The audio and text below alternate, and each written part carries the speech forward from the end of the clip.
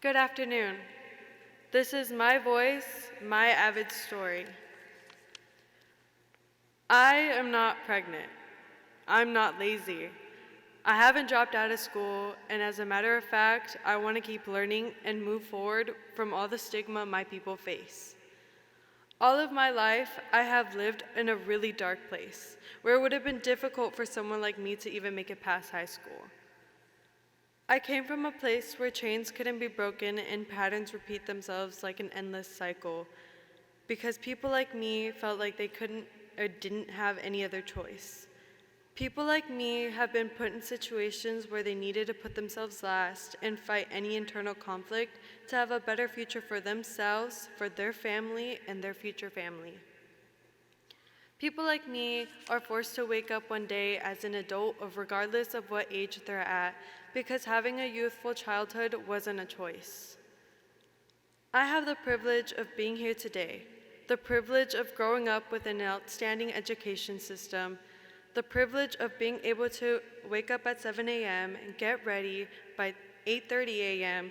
to greet my teachers, who put all their effort into molding me into the person who I want to be.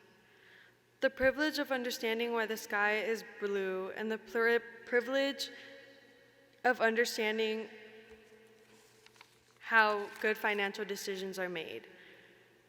The list of privileges go on, but this isn't to say everything was handed to me on a silver platter. We all have our dark secrets, and we're all carrying the guilt and burdens that come with those dark secrets, because we were built to keep it quiet about our trials. They're even quieter when someone convinces you these are harmless secrets that no one has to know. You believe them because just for a moment they were, on the surface, harmless. They didn't hurt you, they rewarded you, and you accepted because to you they were gifts, but to them it's what kept you quiet. It didn't help that they were too complicated to think about too deeply about, especially if you were at a young age. I was incredibly young when I was sexually assaulted, and it didn't stop until I was 13. My silence was bought by dolls and candies until I started to feel weird and uncomfortable. I felt even worse about the gifts, but it had already been a few years, and I had no clue how to deal with the situation or if it was even a situation that could be solved.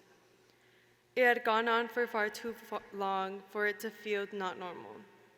For years, I felt embarrassed and guilty for giving myself up like that. I felt like I couldn't speak up because not only was I in shame, but even people around me would shame women and men who were in the same position I was in. Why didn't she speak up? Why didn't she just defend herself? How did she let it go on for so long? She probably asked for it. It was probably because of her short dress or her short skirt. I have been in so many situations where I just couldn't speak up about my story because I believed no one would believe me and make me feel worse than I already did. After some time, I was forced to numb it out to face problems I felt like I had more control of. The last time I spoke about this, I was 14 or 13 years old, and it made things a lot worse. Because whether I went on with pressing charges or not, nothing would have gone the way I would have liked it to. A lot of people didn't like or believe my experience, so subconsciously I swore off talking about it. People around me talked more about it than I did to people I've never met, like as if it was their story to share. My voice was lowered and my story wasn't my own. I didn't feel heard until I joined AVID. Originally, I had joined AVID because my friends were a part of AVID and I wanted to be with them. But I wasn't put in their AVID class until the 8th grade. I was put with another class of AVID students. I didn't speak too often, which freaked me out because I always struggled with making friends due to my anxiety. Funny enough, my first year in AVID, my AVID teacher, Miss Simpson at the time, showed us a video raising awareness for anxiety. I freaked out because the video was describing the feeling of having a panic attack, which gave me a panic attack. But looking back, I appreciate my AVID teacher doing that because it made me feel like I wasn't alone. This was a repetitive pattern with AVID. It always had a way of having a solution for my mental health, for my college needs, which I really needed, especially since I believe the only way I could really heal from my trauma is by leaving the place where it started, for a new start somewhere else. AVID helped me with my grades and finding people that didn't judge me and that were actually there to hear me out, which was really important to me. It was actually during AVID Summer Institute where I got over the nerves of speaking in front of people and pushed myself to challenge my anxiety. I was a part of the AVID student leadership group.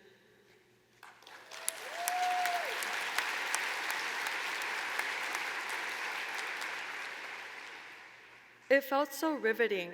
I felt everything in my body shake, but my heart felt firm and I found it thrilling. This moment taught me how to tackle my panic attacks a lot better. Even if it wasn't what the Institute was about, at first, AVID was just an excuse to get closer to my friends and a step to getting a ticket out of here by helping me look for a suitable college. But I realized it's so much more than that. AVID provided me with people who related to similar stories that I've been through. I've met incredible people and amazing teachers who helped me figure out who I am and how to find a college suitable for me. It gave me a second home and a place where I'm given a sample of what the adult life is like. AVID has helped me heal. AVID gave me amazing friends and the teachers who could relate to what I was going through, which made me feel a lot safer. AVID helped me speak up for what I want and what I need because waiting for those things to come to me with no effort isn't an option, regardless of my career choice. AVID has given me the strength to face every challenge I encounter, and the fact that AVID gives me both a second family and basically a ticket out of the place that has been holding me back astonishes me. I never expected to be as close as I am to the teachers and to the students in AVID. I didn't expect AVID to have a great effect on my life, at least not this much. I just thought it was some class my friends had that spoke about colleges and gave them an excuse to get out of classes to go on fun field trips. The only thing I assumed right about AVID was it giving me the opportunity to attend a great college that will help me put an end to the kind of cycle other women, men, and I have faced. I knew the only way I could end the cycle was by going to a college that would help me find my career/life choice so I could find a way to support people who have been in my shoes. AVID gave me the key to a door that had everything I wanted. Good people in my life, a great college, scholarship opportunities for colleges, ways to study, financial help, help emotionally and academically, and the key to breaking the toxic chain. I am now 18 years old and about to start my college journey at Southwestern Community College, and then transferring to USC.